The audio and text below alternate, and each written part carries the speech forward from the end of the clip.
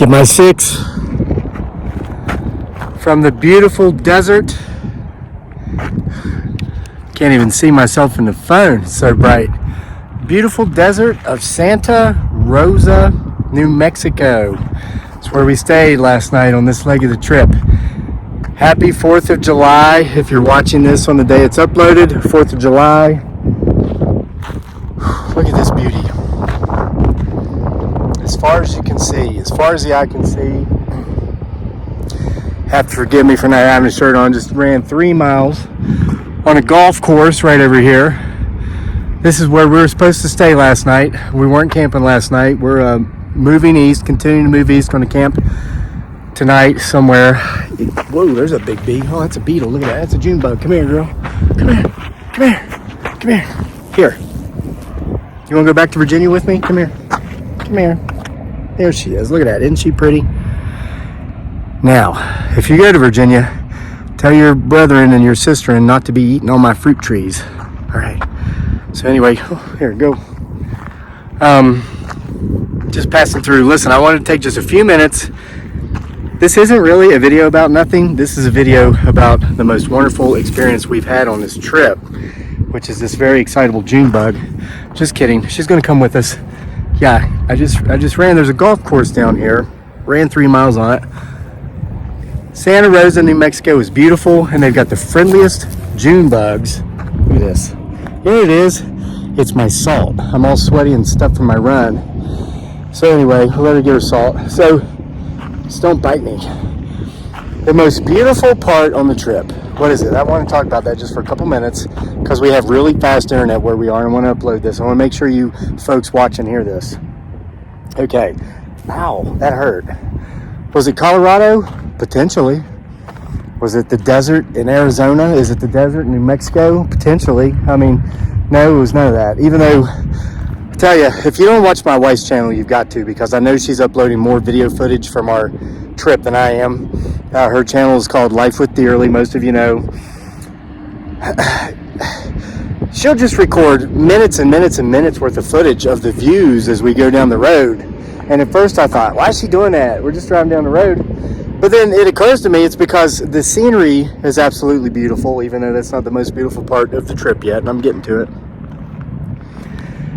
We're in Colorado, and we crossed that entire state, and it took us 3 days. I mean, half a day once we got into it from Kansas. The better part of the next day to get to where we camped for a few nights.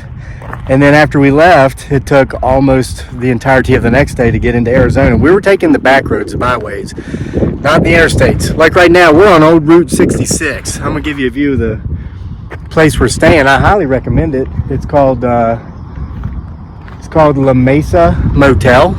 Wonderful amenities. Gentleman that works there gives great service. I'll tell you, we have not had a bad experience except for one place in Missouri. Stayed in a way overpriced place. I'll deal with them later on Travelocity or whatever. They'd shut down their pool, didn't have any of their amenities, no free breakfast, no nothing because of COVID. Couldn't get, these Gen Zers to come to work or millennials or whatever. But yet they were still charging full service prices. That's just not right. But everywhere else has been great. But we're going through Colorado. And Dearly was getting so tired just riding shotgun. She's like, I want to sleep, but it's so beautiful. I can't close my eyes. I was like, just go to sleep. Get a few minutes of rest. And she's like, okay, but if you see something beautiful, wake me up. I'm like, okay. So every time she put her head down, shut her eyes, and we go around a turn or crest over the next knoll, I was like, wake up, it's beautiful. And she's looking, she's like, oh, wow, oh my gosh. And it was just more mountains or more meadows. But it was so beautiful. Every time you go around a turn, just like here in New Mexico, and everywhere else, every time you crest a hill, you go around a turn, it's just more beauty. Very similar to what you've been seeing, always changing, but equally pleasant. So, but here's the most beautiful part of the trip, and I'm going to get to it because there's no humidity out here. It's like 90 degrees and it's still hot, but it's like I can feel myself just getting dry out here. My lips cracking and everything. Still running. Yeah, I think there's been maybe 2 days on this trip I didn't run. But the people, the most beautiful, the most enjoyable, the most pleasant part of this trip has been the people. And all kinds of people. I mean, when we were at the Grand Canyon just the other day, We must have just heard dozens and dozens of languages. You're standing there looking over, the precipice, and people beside you, you're not eavesdropping, you just overhear them talking, and you're hearing all these different languages, European languages, different Asian languages, hearing Spanish. We heard some Tagalog. It's funny. I was standing right beside a couple, and the woman started talking, and I could almost tell you what part of West by God, Virginia she was from. And I almost spoke to her. She sounded so much like home, but I didn't. Again, shout out, they're probably watching, to Chuck and Gwen, a recently retired couple that we met in Arizona. Or no, not Arizona, met in Colorado. They're from Arizona. That's the gentleman I told you. I went all the way to Colorado. I'm walking through the campground with my UVA hat on, and here comes this guy with the Virginia Tech hat on. Ended up talking to them for quite a while. They were over a series of days. And Chuck is actually from Southwest Virginia, down there around the Whitfield area, south of Roanoke, and was able to tell stories about his father when his father was a kid, actually going up into the hills and selling some of that world famous moonshine from that area. That's the moonshine capital of the world, for 50 cents, so he'd have money to eat. And Chuck's a veteran, and his wife Gwen programmed software programmer for many years. They're both retired now, and they're seeing the world, and they've been seeing the world long before that. It's funny, and this is TMI, but this is how wonderful people who get it are, okay? These are free spirits. I'm a free spirit. Dearly, Daniel are free spirits. We've been meeting all these free spirits out here on the road. And Chuck is retired twice. He's retired Air Force. He actually flew the C-130s that Army guys like me were dumb enough to jump out of. And then he went into teaching. He taught for 18 years, and he quit. He got out of that last year. And I said to him, 18 years. I was like, wow, you could have done 2 more and gotten 2 pensions. Why didn't you stick it out? And you know what he said to me? And we're soulmates, because this is why I left the post office. People couldn't believe it. They're like, what? You had a job at the post office and you quit that to make videos on YouTube? Yeah. Why? Because I liked this and I hated that. It made me miserable. But Chuck explained it well, and I'm going to share this philosophy with you. He says a lot of times when you start a new job or you start some new endeavor, your level of joy is way up here. And the things that drive you nuts are kind of down here, like the things that make you miserable. And he says, however, as you go on, things shift, things change. And he says, when you find that your level of enjoyment for what you do has gone from up here down to here, and the things that drive you nuts, the things that make you miserable, have gone from here up to here. He says, when those things become even, it's time to leave. It's not about sticking it out for 2 more years to get that pension, or sticking it out for 6 more years. He says, when the misery meets the level of enjoyment, when those are equal, you've got to get out then, because if you don't, and that train continues, misery will overtake the joy, and you will become miserable. You'll become bitter. You'll become jaded. You'll become a curmudgeon. You'll become someone nobody enjoys being around because you're miserable. And it's not so much that misery loves company, but attitudes, energies, this stuff is all contagious, like a virus. So you'll become that person who's so bitter and miserable that nobody wants to be around them. And he was spot on. I mean, that's why, anytime I've realized, okay, this ain't for me, anytime I've woken up and said, I don't want to go do what I have to go do today, I've known, get out. And he did it. He didn't stick it out for that last couple of years to get that other pension, or to get the pension. And him and his wife, Gwen, who was wonderful to talk to, we had some kind of in-depth intellectual conversations, and we didn't agree on every point, but we enjoyed the fact that we were able to have the conversation. And that's what is missing in a lot of places, but not everywhere. Let me tell you, I found it again by getting out here and associating with people who are like-minded, not necessarily in all of our views, but like-minded in that we believe in going outside and playing.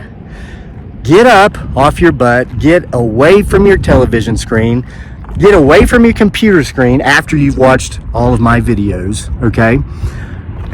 Go outside. When you're in your vehicle, turn off your radio. Talk to your companions in your vehicle with you. If you're driving alone, turn your radio off anyway and listen to your own thoughts. Don't listen to the thoughts that are being pumped out in sound waves, be it through the music you're listening to, be it through the talk radio, be it through the commercials, the advertisers telling you what to buy, how to live, how to dress, what to drive. Turn that nonsense off. Go outside and play. And be with yourself if you got no one else to be with, because it's better than being with all that noise that is going to make you bitter, miserable, convince you the world is a terrible, dark, ugly place full of terrible, dark, ugly people. Let me tell you, let me continue. The most wonderful part of this trip has been the people. We spent 3 days in the beautiful nation of the Navajo people in Arizona. We stayed in an RV/camp park in Tuba City, Arizona. Okay? It's the second largest city in the Navajo Nation Reserve. Now listen, I don't have to go into graphic detail here, and I don't have to tell you that the past between Caucasian people, white Americans, and Native Americans has not been pleasant. We know our history, okay? Every single person that I came into contact with on that Navajo reservation and the Navajo Nation were the friendliest people I've met in my life. They were polite, they were kind, they were pleasant to me, and it wasn't just because it was their job. We went to Subway. I was craving like something like healthy and quick, so I went to Subway and I got a sub. It's not just because they worked there and they had to. Listen, I went running in the mornings there.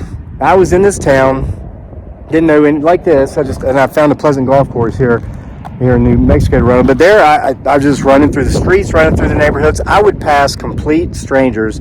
They were in their yards that morning having coffee. Some people were doing yard work. They would stop and they would say, "Good morning, have a wonderful day." And they meant it. It was real. It was genuine. There was no hate. There was no, "Do you know what your people did to my people?" There was none of that. They were pleasant. I enjoyed being there. The smiles were huge. And it's the same with all the people that we've been meeting who have been providing services on this trip, anywhere we've stayed. It's the same with the fellow travelers we've been meeting. We have seen white people, black people, brown people, Asian people. Again, I mentioned to you the dozens of languages we've heard in Arizona. And we've had no problems with anybody. We're not seeing all this, "We hate you because you hate us. We're going to mistreat you because you mistreated us." I'm telling you, go outside and play. America is beautiful. The world is beautiful. I know we've got people watching this show from all kinds of different countries. Shout out to all of our UK viewers. The gentleman that owns the camping spot we stayed for a few days in Colorado is from England. He moved here 30 years ago, married a woman from Louisiana.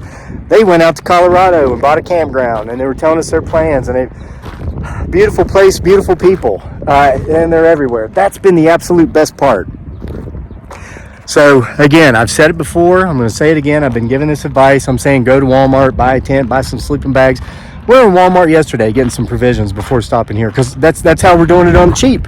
We can't do anything about gas prices, but like the majority of our meals, we're going to Walmart.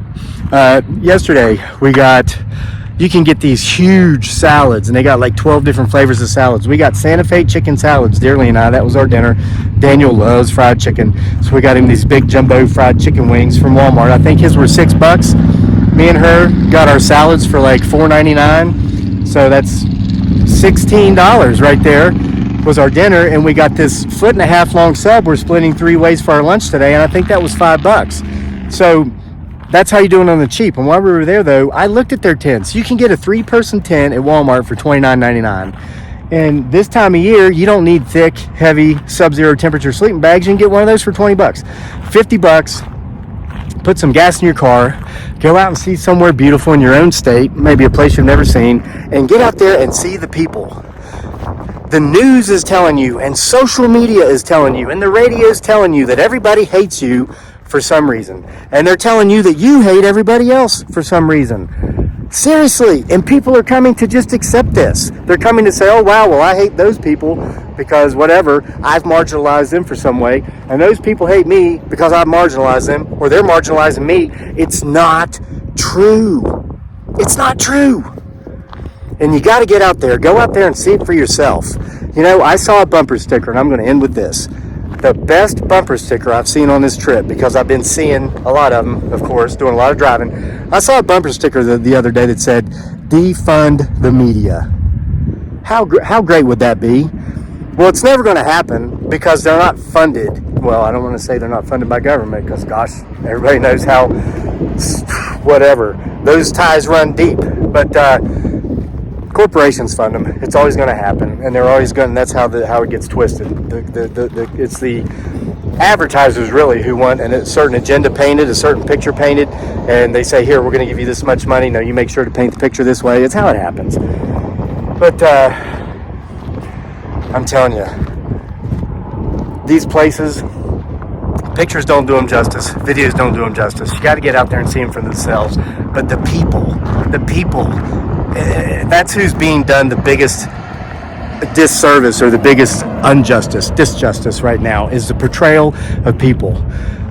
These people out here everywhere, they're wonderful, they're beautiful.